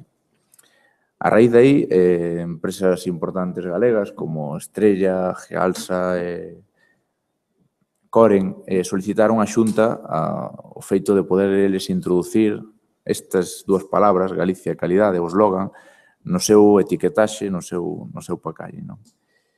Como as cousas na administración van normalmente lentas, no ano 96 créase a marca de garantía, Galicia Calidade, e créase tamén a sociedade pública que a partir de aí xestionou esta marca, non? E no ano 97, cando as primeiras empresas poden empezar a usar o selo de calidade. De feito, o anuncio este do 91, se queredes, podes verlo na web, no galiciacalidade.gal, que nós tamén somos dos pioneiros, non? Como comentaba, no 97 empezan as primeiras empresas a entrar en Galicia Calidade e o que buscaban elas un pouco era a diferenciación, non? En como situarse nos mercados e como atribuirse a unha terra que, no mundo da alimentación, que é un pouco do que vim falando todos nesta mesa, é moi importante atribuirse a orixe, non? Hoxe vedes na prensa, realmente hoxe, acabamos de pechar un pouco o círculo ante ca certificación de casi 50 establecementos, hotéis, restaurantes, que van a levar tamén o noso selo de Galicia Calidade, e que nós un pouco apostando por esa diferenciación os vamos a incluir está incluídos un pouco un grupo a nivel xeral que vamos a chamar Galicia Calidade Lecer, non? Lecer porque é unha palabra galega que nos identifica, que sabemos nos a que nos referimos, que ten unha etimoloxía moi parecida en francés, en inglés, é un pouco para promocionar, non? Os hotéis e restaurantes que viñan tendo a Q de calidade turística como selo de calidade, pensan que é un atributo moi positivo, pero que é moito máis de cara á competencia entre eles, e solicitan o Galicia Calidade porque creen que o feito de levar o noso logotipo ao lado dos seus restaurantes, nas centrais de reservas, etc., lles garante un certo posicionamento de cara aos turistas e tamén a nós como galegos, que tamén somos turistas dentro do país. Porque ao final, eso é o que facemos, non? Certificar produtos e servizos. Unha pola procedencia, daí a primeira parte do noso nome, que é Galicia, e, en segundo lugar, por cumprir uns estándares de calidade, non? Así como competencia, un pouco para poñernos en antecedentes, Galicia Calidade foi a primeira marca de garantía autonómica que se creou en España, non? De feito, creo que o feito de ser os primeiros foi o que posibilitou que nos chamemos Galicia Calidade, porque agora xa sería moito máis difícil de registrar ese tipo de denominacións. Vemos as nosas competencias en Andalucía, calidad certificada, en Navarra, Reino Gourmet, en Castela e León, Tierra de Sabor, que xa de partida na creación, co nome xa teñen perdido a identificación. Reino Gourmet, pois a mellor pode situar, calidad certificada poderíase referir tanto a produtos de Madrid ou de outra comunidade, non? Centrándonos un pouco no tema de calidade, non? Porque o Galicia sí que nos sitúa xa perfectamente, pero vemos que cando empregan o noso eslogan nunha portada, cando Dépor gana o Madrid a Copa do Rei, etc., no centenariazo, utilizan calidade, non utilizan calidade. Eles saben que en Galicia temos calidade e que non temos calidade, non? Entón, un pouco eso é o que viñamos a contar un pouco nesta xornada, non? Que o noso logotipo que está en galego, pois é unha parte tamén que as empresas están empezando a empregar para situarse, non? De feito, a auga que estamos tomando en Mondariz é un produto Galicia Calidade e aparece perfectamente identificado. Como anécdota do mundo do viño, si para unha nota curiosa, certificamos unha bodega en Monterrey, non? Cando falas con eles, por que te certificas co noso logotipo? Os donos son emigrantes en Alemania que teñen a bodega, exportan a maior parte do seu viño, Quinta do Bull se chama. Dicíanos que, claro, según as normas do etiquetado, pois eles levan a denominación de orixe, que é Monterrey, pero que eles o feito de que meter a etiqueta en galego e meter o Galicia Calidade o situaba mellor que a propia etiqueta da denominación de orixe, porque Monterrey tamén é unha rexión en México que tamén ten viño e que en moitos mercados exteriores identificaban pois, o seu viño como mexicano cando daban a probar. Non, é galego, de feito, por eso agora lle vamos a poñer o Galicia Calidade. Non? E aí onde creemos que tanto a lingua como Galicia Calidade pode axudar a diferenciarse e a comercializar un pouco máis e mellor os nosos produtos. Experiencias como as que comentaba Alberto, do Foro Peinador e da Asociación de Agroalimentares e Degueiros son iniciativas que nós tamén apoiamos desde Galicia Calidade. Xa nos gustaría poder, neste aspecto, digamos que ser un poquinho máis restrictivos a hora de entrar un produto, unha empresa en Galicia Calidade, pero non só podemos promover, suxerir e intentar que o etiquetado vaya en galego. Non? O nome sí que o temos garantido, que vai ser Galicia Calidade, pero o tema do resto da etiqueta, fora do que é legal, que comentaba Anxo, pois, de momento, nos desde a nosa sociedade, desde Galicia Calidade, intentamos sempre que promover que vaya en galego, pero non sempre o conseguimos, lamentablemente. E nada, un pouco era para explicarvos o que facemos, para incentivar a que consumamos produtos certificados e etiquetados en galego, claro está.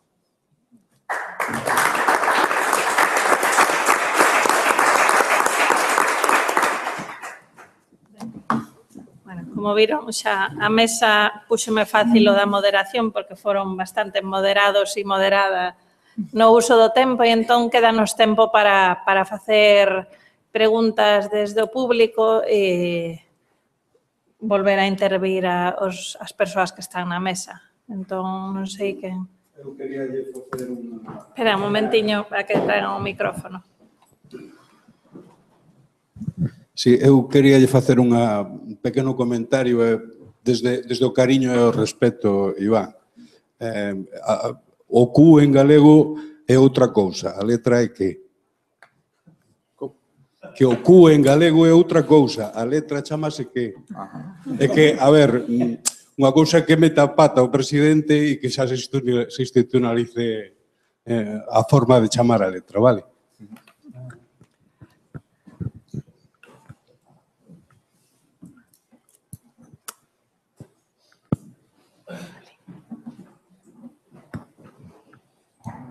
Bo día.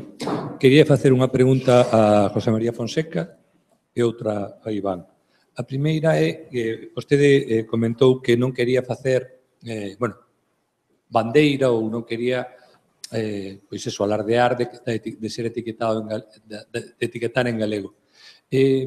Non cree que hoxe é necesario facer esa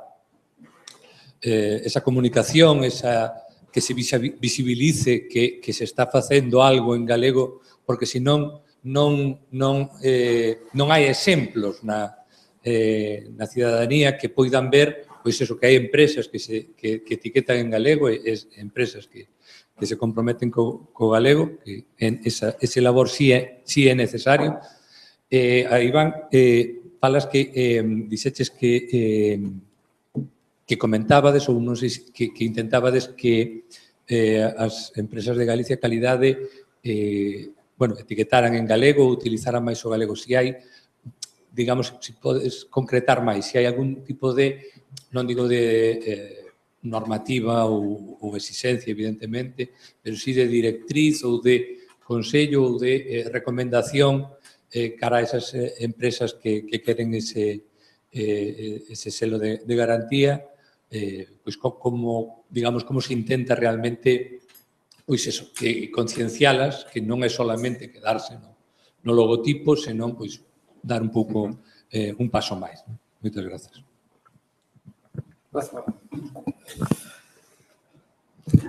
Bueno, como te dixes a mí en primeiro lugar, vou a contestar eu. Seguramente porque non tuven tempo suficiente para extenderme, ademais, creo que non era procedente, prefiro facelo ahora, que a tua pregunta, frente a unha cousa, pode haber moitas actitudes. Hai unha que é clarísima, que non hai que explicar nada. Non tens que explicar nada, tendo un punto de hora que nun sitio no que acabamos de ver que non se etiqueta en galego, ti etiquetas en galego, pois xa máis explicación que esa a podes dar. E podes facer bandeira, pero eu entendo que iso non lle corresponde a unha empresa e, ademais, entendo, e é unha opinión absolutamente personal, que a quen lle corresponde facer esa bandeira é a outros. Entendo que a nós, ou a outra xente, o que nos toca é facer normalidade, que contestar as cousas dunha maneira tan sencilla como eu intentei transmitir nas palabras. Por que etiquetan vostedes en galego? Pois mire usted, porque temos un idioma propio, porque nós falamos en galego, porque o facemos nesta terra, o facemos con estas cousas e entre nós falamos en galego. Quer usted que lle explique algo máis? Pois pode explicar. Pero eu creo que non hai que entrar en outra consideración. No que se refire ao noso eido empresarial e de identificar absolutamente o noso produto. Esa é a razón.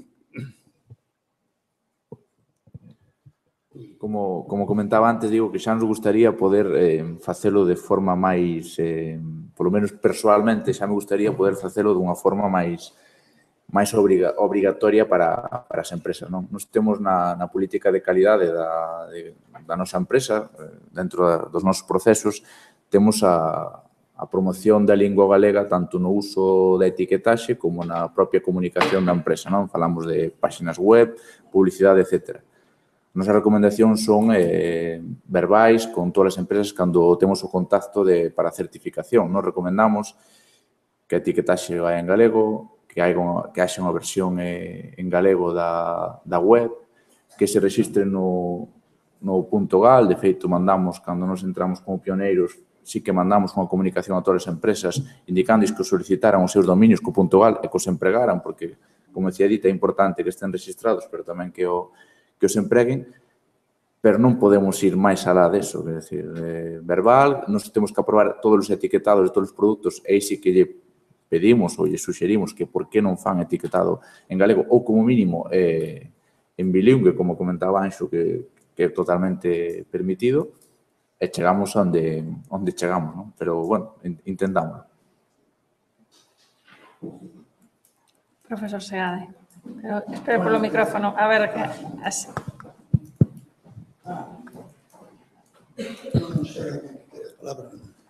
Non. Bueno, ante todo, parabéns para todos os integrantes da mesa, porque foi moi interesante. Pero eu quixera facer algunha pregunta e algunha afirmación en relación co último tema que falaba de Galicia Calidade. Vamos a ver, o de non podemos pode ser certo daquela maneira.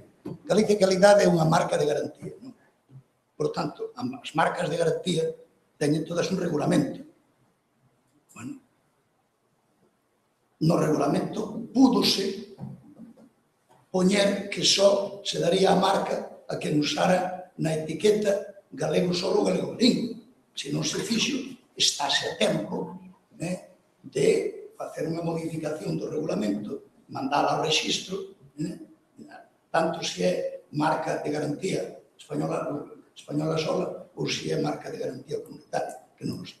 Pero, en fin, o argumento non é moi forte. Eu, cando me refiro a que non podemos, dende Galicia Calidade, non é que non se poida modificar o regulamento, senón que dependemos dunha administración máis grande, que é a Xunta de Galicia, e non é unha decisión digamos, que do persoal de Galicia Calidade, senón é unha decisión moito máis grande que ven a tocar outros aspectos de... Exacto, bueno, estou de acordo, pero todo simplemente, digamos, non hai vontade política, non depende de grandosidade de facer, punto.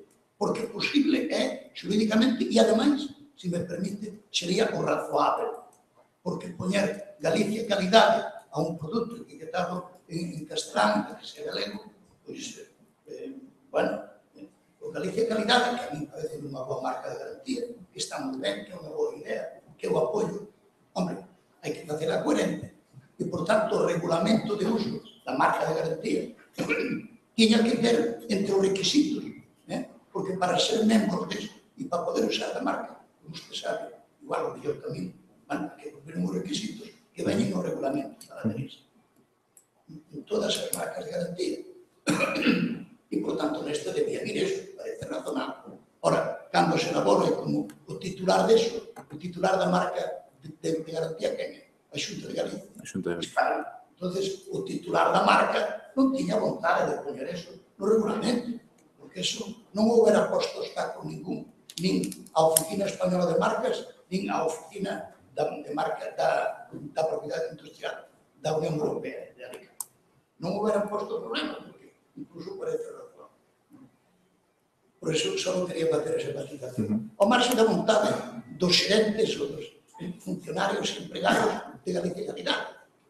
Claro, pero é evidente, non me poderamos negar que non é que se posible, que non hai vontade política para os que sexan, ou porque se cree que non sei esas cousas, esos fantasmas que se ven ás veces en Galicia. E como decía o meu amigo Fonseca, pois, claro, fai unha cousa de facela como normal, pero aquí creo que non é normal. Pon Galicia Calidade, non the best, non pon o millor de España, Fandango e tal, non? Galicia Calidade. Segunda cuestión que quería precisar a vista do que se dixo aquí. Atención que nas etiquetas, na etiquetaxe, ademais das mencións obrigatorias, hai marcas de fábrica, marcas de garantía, o sea que todo eso forma parte da etiqueta. E cando se fala da etiqueta en galego, as marcas, tanto as marcas de fábrica de comercio como as marcas de garantía, non teñen traducción, non se poden traducir. Pode haber marcas que consistan nunha palabra en galego, peligroso porque se poden anular porque coincide tal, non imos entrar no réxime da marca comunitaria. Pode haber marcas en galego, pero unha marca é moito menos unha denominación de orixe. Non se pode traducir, sino que é unha denominación xeográfica. Hai que reproducila el cual, tal cual é. Por tanto, eso non obsta para que a etiquetaxe sexa en galego, o que pode ser en galego. E por último, unha cosa en relación co que dixo Anxo, estou de acordo en matices. Hai unha cousa que non dixo ata tempo e que quizáis que me gustaría saber a opinión dele. Nun Real Decreto do ano 2015, regulas tamén o tema da lingua, un Real Decreto español, no ano 2015, regulase o tema da lingua e nos mesmos termos semellantes ao do artigo 18 do 1334/99. Pero unha curiosa cousa, e é que se dice os produtos tradicionais poderán ser etiquetados na lingua da lingua do comunidade autónoma que teña lingua propia, tal, salvo agás os alerxenos. E digo, o risco, a peligrosidade dos alerxenos é distinta se non vayan en castelán ou en galego, porque non se pode poñer, hai que poñer en castelán, non é etiqueta en galego, é lexítima os alerxenos. Non sei se é alerxinina, non sei. Que pasa aquí? Non se poño X e poño alerxinina en vez de alerxinina, xa estou... Bueno, non entendo este tipo de cousa, nin sei a razón, non sei se é ten algunha experiencia ao respecto. No, eu tampouco entendo, non lle vou poder dar ninguna explicación, o que sí me parece que é un moi bo exemplo para ilustrar algo que eu decía na miña intervención, ¿no? que moitas destas medidas legislativas, parten, ao meu modo de ver, dunha falsa dialéctica entre a posibilidade de etiquetar nun determinado idioma a necesidade de asegurar determinadas informacións ao consumidor. Eu creo que o que está detrás dunha medida desas características é o custo un produto tradicional, a etiquetaxe non especialmente relevante, non? O que vai dicir vostede, a etiquetaxe etiqueta en galego, pero os alérxenos sí que son importantes, isto tendo que saber o consumidor, e, por lo tanto, o que é importante ten que figurar en castelán, que é o mesmo razonamento que figura detrás de que teña que figurar en castelán a lista de ingredientes, o modo de emprego e o modo de conservación dos produtos alimenticios, non? Eu creo que esta dialéctica é falsa. O exemplo é perfecto, porque eu creo que se vamos a caquear restaurante, todos vemos que os alérxenos se indican mediante pictogramas. É dicir, non é certo, desde logo non é certo que o emprego do galego obstaculice a información do consumidor para os consumidores galegos. Dubido moito que obstaculice a información para consumidores cun nivel de formación mínimo, pero incluso se admitísemos a efectos puramente dialécticos que pode haber consumidores que non entendan que sen gluten ou que gluten ou que non o entendan, é unha situación que se pode paliar facilmente mediante o emprego de símbolos, pictogramas. Non hai ningunha necesidade que xustifique a imposición do idioma castelán para a utilización. Por tanto, insisto, moitas veces estas medidas, a dos alérxenos, a lista de ingredientes, modo de emprego, se apoian nun discurso que é falso. Un discurso que é falso, que como aquela información que é relevante para o consumidor ten que figurar necesariamente na única lingua que o legislador presume que o consumidor vai coñecer. Nin é certo que esa sexa a única lingua que o consumidor vai a coñecer, nin é certo que, incluso admitindo efectos dialécticos, que haxa consumidores que solamente sepan ou entendan a información que se lle en castelán, non poidan recibir esa información por outras vías sin ver afectado para nada os seus dereitos e o seu nivel de información. E probablemente, se nos fósemos a medidas destas características alternativas, que insisto, eran as que prevían un inicio de dereito comunitario europeo, que parecía moito máis razoable, atoparíamos un punto de equilibrio moito máis razoable, moito máis, en o que nos podíamos atopar todos moito máis cómodos. Pero vou aproveitar que collín o micrófono, non o vou soltar de momento, volvendo ao tema de Galicia Calidade, eu remataba a minha intervención dicindo que creo que hai dous factores que son moi relevantes. Decía que o primeiro que deles é a propia actividade da administración. Non vou dar, acababa de comprar un, pero vou evitar dar nomes concretos. Hai denominacións de orixe galegas cuyas contraetiquetas figuran en castelán, nas que pon denominación de origen. Os consellos reguladores, bueno, Alba nos pode ilustrar sobre isto moito máis que a min, pero teñen unha natureza semipública, xa hacen determinadas funcións públicas. Non hai ningún motivo para que non utilicen contraetiquetas exclusivamente en galego. Existe un contraste moi significativo entre as normas de admisión de publicidade en Televisión de Galicia e en TV3, por exemplo. En TV3 non se admite publicidade que non sexa en catalán. Televisión de Galicia, antes, a última vez que, desde logo, sigue admitindo publicidade en castelán, a última vez que me preocupei deste tema do mieiro, que había unha liña de axudas para a traducción dos anuncios daqueles que quixesen facer en galego. Era a única medida. É dicir, eu creo que a situación que se leva describindo na mesa de utilización absolutamente anecdótica do galego na etiquetaxe, na publicidade dos produtos, é unha situación de corresponsabilidade. Hai unha situación de inacción da administración moi evidente, dende hai moitos anos, que se sinte plenamente satisfeita coa promoción, non vai máis alá, e desde logo tamén hai unha situación de socioeconómica que provoca que nin esa actuación da administración sexa reprobable, nin exista tampouco unha demanda seria ás empresas para que empreguen o galego na etiquetaxe dos produtos. Hai pouco en autocontrol, lamento seguir utilizando o meu exemplo, chegounos unha campaña. A campaña era para publicidade exterior, para MUPIs. Os MUPIs son estes soportes que están nas rúas en Barcelona. E a campaña era unha bandeira española una nación España, una lengua española, una marca piel de todo. Que tenían colocada esa publicidad en Barcelona.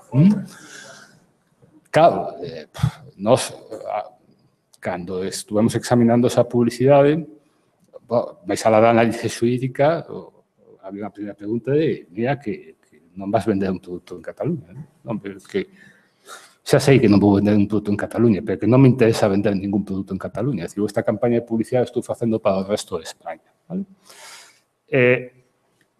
Cando exista unha situación socioeconómica na que os consumidores valoren a etiquetaxe en galego dos produtos, primen o consumo de produtos etiquetados en galego, valoren negativamente o non emprego do galego por parte de empresas, ou non emprego relevante do galego por parte de empresas que estén aquí radicadas, pois probablemente esa propia situación socioeconómica acabe tirando as decisións empresariais e probablemente acabe forzando a propia administración a adoptar medidas máis contundentes das que vimos ata agora. Eu sempre poño o mesmo exemplo, é un exemplo alonxado do que nos ocupa hoxe aquí, pero que me parece que é moi representativo. Eu veño dunha universidade, da que vienen Alberto e Edita, les poderán corregirme se minto, creo que non, na que temos varios elementos de fomento para a docencia en inglés. Se alguén quer dar docencia en inglés, reducen a carga docente, poñen un pedestal. Aqueles que damos clase en galego non só non temos ningún tipo de incentivo, ningún, sino que todos os anos, ainda por arriba, temos que lidiar con todos os problemas dos alumnos Erasmus, que nos veñen protestado do despacho, etcétera, etcétera, este tipo de cousas, non? Isto fai unha administración pública, a Universidade de Vigo, que se supón que está comprometida co idioma galego, é dicir, toda a súa política exterior de compromiso. Creo que ás veces estamos nun terreo de pura fachada, de pura fachada, isto se trasluce perfectamente no problema de etiquetaxe dos produtos. Temos fachada na administración que cree que con adoptar medidas de vamos a promover e dar premios á publicidade en galego, que outras medidas que se adoptaban, é suficiente, pero temos tamén a fachada social e a fachada socioeconómica, tanto por parte dos consumidores como por parte do tecido empresarial, que hai moitos problemas para utilizar o galego, ou mellor hai consumidores que non lles gusta, e temos consumidores que tampouco demandan iso.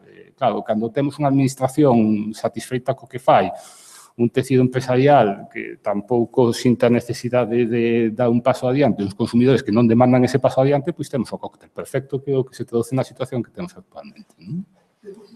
Sí, claro. E os colectivos que demandamos, desgraciadamente, é nun plano reivindicativo, non de normalidade, como tiña que ser. Claro. Eu só unha cuestión en relación co que comentaba o profesor Segade, que o difícil que é explicar o tema ese dos alérxenos que di da normativa. E eu sí que quería advertir un tema. Tamén nas normas, ás veces, vemos claramente o que acaba de decir Anxo, é dicir, o momento político no que se fai cada norma. Entón, porque eu agora, para buscarlle unha explicación, dixen, pois que consideren un aspecto sanitario o alérxeno e o leven a etiquetaxe farmacéutica, sanitaria, un pouco, e o saquen do que é a publicidade puramente comercial, alimentaria e tal, non? Pero buscando a lei do medicamento, que é de 2006, di claramente que os fármacos teñen que ter o principio activo, cando menos en español, o cal non descarta que poida ter nas outras linguas cooficiais, e todo o texto da lei, que é de 2006, o tempo de Zapatero, fala das outras linhas, sin prexuicio das outras linguas oficiais, é dicir, que aparece. Entón, as normas, ás veces, tamén temos que miralas polo momento en que están feitas. E eu creo que calquera que nos dediquemos ao tema do estudio da legislación lingüística, sí que percibimos que, ao igual que en Galicia, se percibe un estancamento permanente desde hai moitos anos. No caso do Estado, houve un fluxo e un refluxo. É dicir, que podemos atopar, e o vemos incluso no Estatuto do Ministerio Fiscal, na Lei de Defensa, que son leis que nos poderían parecer onde non vamos a atopar referencias de protección das linguas propias, e os atopamos no Estatuto do Ministerio Fiscal, que deses anos, 2007, me parece que hai unha sanción prevista para os fiscais que traten de forma desconsiderada a quen se expresa na lingua propia. No Estatuto de Defensa se di que a lingua de servizo é o castelán, pero que nas relacións cos cidadáns se poderán usar as outras linguas oficiais. Son normas do período 2006-2010, pero a partir do 2011 a legislación estatal volve a cambiar. Entón, que a veces tamén pode aparecer o das alérxenos nunha de 2015 porque xa non hai ninguén que se preocupe nada. O pasa que exceptualo solo para os alérxenos sí que é raro. É raro, pero bueno. No, pero, bueno, o que dixe é certo, pero tamén un decreto deste período fale con autoridade, gobernado por o PP, non é que se poda atrás, eu penso máis ou menos é o mesmo, porque tamén, dixo antes, tamén é a primeira vez que nun decreto no que se regula a venta directa e o mesmo tratamento, o mesmo tratamento que no artigo 18 do Real Decreto 1334, por primeira vez non se fala do español, falase de castelán, nun Real Decreto central, que non é frecuente. Castelán como lingua oficial do Estado e é do goberno, da época do goberno conservador. E aquí penso que aí, por desgraza, non hai tantas diferenzas, porque o que dice a lei do medicamento, bueno, aquí dices eso, pero non esquenzamos que a norma, que a legitimidade da Administración Central para ditar normas básicas, en que se apoia? No artigo 149.1.13, coordenación da actividade económica, e no artigo 149.1.16, bases da sanidade. O sea que... Estirar como chicle. Algunha pregunta máis? Ali atrás hai unha. Bueno, moitas gracias a todos pola exposición. Eu teño unha esencia de creación de nomes para marcas e a verdade é que co Puntogal abriuse un novo universo, porque dende logo un dos condicionantes que teñen os nosos clientes non é só o rexistro de marca na oficina de patentes e marcas que corresponde ao territorio comercial onde queren operar, sexa Europa, España ou por países, non? E en ese caso, bueno, pois, efectivamente, o .es e o .com, que son os máis solicitados aínda, non? En moitos casos limitan que inda que sexa un bo nome, non? E poida estar registrado na clase NIZA correspondente, pois o feito de non ter o dominio dispoñible pois é unha limitación. Entón, en ese sentido, pois é moi interesante o Puntogal. A pregunta que me gustaría facer é coñecer un pouco máis, non sei como funciona, de que forma velades, porque ese Puntogal realmente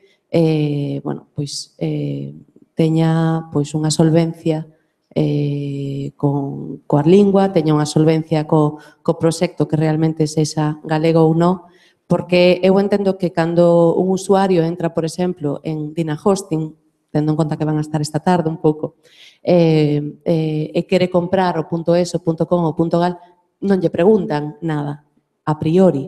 Entón, non sei se despois, unha vez que eu solicito o .gal, se hai detrás alguén que está, de alguna forma, pois, interesado por ver cales son os meus intereses desde o punto de vista comercial e con respecto ao cuidado da lingua, non? Tamén. Dynahosting é dos poucos registradores que temos que usa o galego. Os outros registradores non usan o galego na súa web ni na súa empresa, co cal é un acceso moi fácil, moi doado para quen queira facelo. As únicas reservas que temos de nome son os concellos, como dixen antes. Os demais son o primeiro que chega, o primeiro que cumple. Nas nosas normas, nas nosas bases, o que temos é a confianza da boa fe. Valo usar para o que nos decimos. Nos simplemente decimos que teña que ver con Galicia como comunidade cultural lingüística. Non é preciso utilizar o galego, pero se o utilizas claramente estás demostrando que tes un compromiso. E senón que ten que ver con Galicia coa referencia. Outra cousa é como nos poñamos, se vamos a letras, sacamos a lupa e nos poñemos a revisar os 4.100 dominios dos que tería que decir que hai moitos que ainda están sen usar. Máis de 1.000 posiblemente estén sen usar hoxe, non? É un problema tamén que temos. Nos, como rexistro, se alguén nos ven cunha denuncia de que alguén está facendo un mal uso, entonces vemos que pasa e vemos se cumple ou non e decimos. Os registradores, aínda que non pregunten, sí que teñen, estos son as letras pequenas dos contratos, cando tú asinas con eles teñen un compromiso con nós de que cumplen a norma nosa. Entón, digamos que non hai un a priori de poñoche a barreira, se non saltas, non che deixe pasar, non, ti entra que depois xa veremos, non? Outra cousa é que como asociación, en estes anos, como rexistro, intentamos sobrevivir. E as nosas condicións non nos permiten ter un equipo de xente, igual que non nos permiten ter un equipo de xente enorme facendo marketing e vendéndolle, chamando a todas as empresas unha por unha, dicíndolle, ei, pilla o que vas perder. Tampouco temos un equipo enorme de xente mirando a cada un cunha lupa, se non cumples, botámoste. Pero si é certo que se algún fallo que non debe, como, por exemplo, comprar un nome e poñelo en venta públicamente, se lle pasa a alguén por cartos é problema deles, pero públicamente non se poden poñer en venta, dicimoslle que non está cumplindo as normas e que damoslle un prazo e senón pechamos o dominio. Pero se alguén non cumple, pois faríamos eso con eles. En xeral, non é que todas as webs estean en galego, pero sí que moitas webs teñen os dous idiomas e apuntan ou a xenérica ou a de galego, eso sí. E eu creo que a grande maioría están cumplindo. Pero se non temos aí, .cat, falando de catalás de Barcelona, .cat en inglés sabedes todos do que fala. Hai un montón de webs chulísimas de gatiños que quixeron coller o .cat e vanos pechando, claro. Pero les levan un montón de dominios e teñen un equipo, un exército de xente traballando, non un equipo grande. Nos, se alguén ven e nos denuncia unha ilegalidade, avisámoslo e pechámoslo. Temos esa potestad como rexistro. O sea, non ten que ser unha empresa galega realmente para solicitar. Non, ten que o contido teña que ver ca comunidade galega. E o respecto do que... E ni siquiera hai reserva de marcas, perdón, porque .es, por exemplo, sí que ten algunha norma das súas que se ti lle dis que tes a marca registrada, eles pechan o dominio, nos non. Non se alguén nos ven e nos di, eu teño esta marca registrada, bueno, pois entón vai o xunto a parte legal deste país, a xudicatura e denuncia. Pero nós non podemos facer nada, salvo que sexa mal uso, o sea, contra as normas ou principios de cousas indebidas ali ou que esté poñendo en venta, que tampouco se pode. E despois, un tema que comentabas, o tema de utilización de xenéricos, por exemplo, pensade en algunha empresa de algún pan, todos, bueno, eu pensaba Carral, Fea, bueno, un montón de pans galegos. Por exemplo, este estuvo libre hasta fai pouquiño. Desde o punto de vista de nome, posiblemente fora unha estrategia errada, porque ao final sería a corto plazo, no momento de que tú podes ter un xenérico registrado como dominio, pero nunca vas a poder ter como marca. Por exemplo, antes decías, ninguna empresa de espellos se chama espellos, porque a normativa non te permite registrar unha marca xenérica. Entón, o normal e o que a tendencia está en que sexa o nome tamén do teu dominio. Sin embargo, por exemplo, para todo as denominacións, non? Ou pois as asociacións ou temas así, evidentemente sí, pero para unha marca comercial, posiblemente a priori, que podería ser moi interesante ter pan.gal, a largo plazo posiblemente non o seña, porque vai a querer diferenciarse, non? Por pan de Cea, pan de Carral, pan do que sexa. Sí, de feito, hai varios deses pans registrados, pero unha cousa é que como dominio, como marca, por suposto, gardes e collas a túa e a teñas como dominio principal, pero se ti tes un xenérico o do queixo, se tes queixo.gal e apunta ao mismo da cooperativa hoxe sobre queixos e tal e cual, sí, no, para unha cooperativa está clarísimo. En canto poño unha busca, poño queixo, a primeira que me sale é a de queixo.gal. Ainda que despois esa vaya a da marca queixos da arriba con mel riquísimo. Sí, para unha cooperativa. Estaba pensando máis nun cliente cunha marca. Sí, pero que os clientes o que teñen é descoñecemento. E incluso as entidades públicas, a administración pública. De que eses lecer.gal está valeiro, está libre. Calquera que faga cousas de lecer é interesantísimo ter ese nome por aí para que vayan ao teu a través dese. E polo que costa un rexistro ano, incluso nós que somos un pouco caros, non merece a pena perdelo. Bueno, desde o punto de creación de marcas eu agradecería non esa afirmación porque despois tes un montón de problemas para poder registrar unha marca tamén. Eu non falo de registrar unha marca, eu falo de coller o dominio. Claro. Como ter un escaparate. Pero se non tes o dominio, ao final non queres ese nome e despois resulta que casi non tes nomes posibles e se fan monstruos tipo acrónimos que intentan parecer algo que non sonan, que tal e cual, non?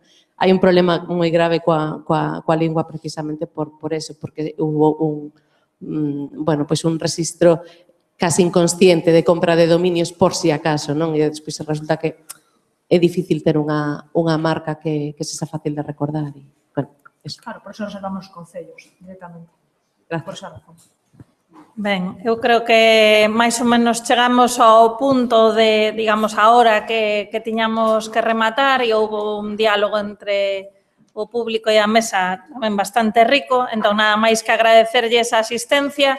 Lembrades que pola tarde comeza a sesión ás 5 da tarde, ca primeira conferencia, e entón, pois, emplazalos para esa hora. Moitas grazas.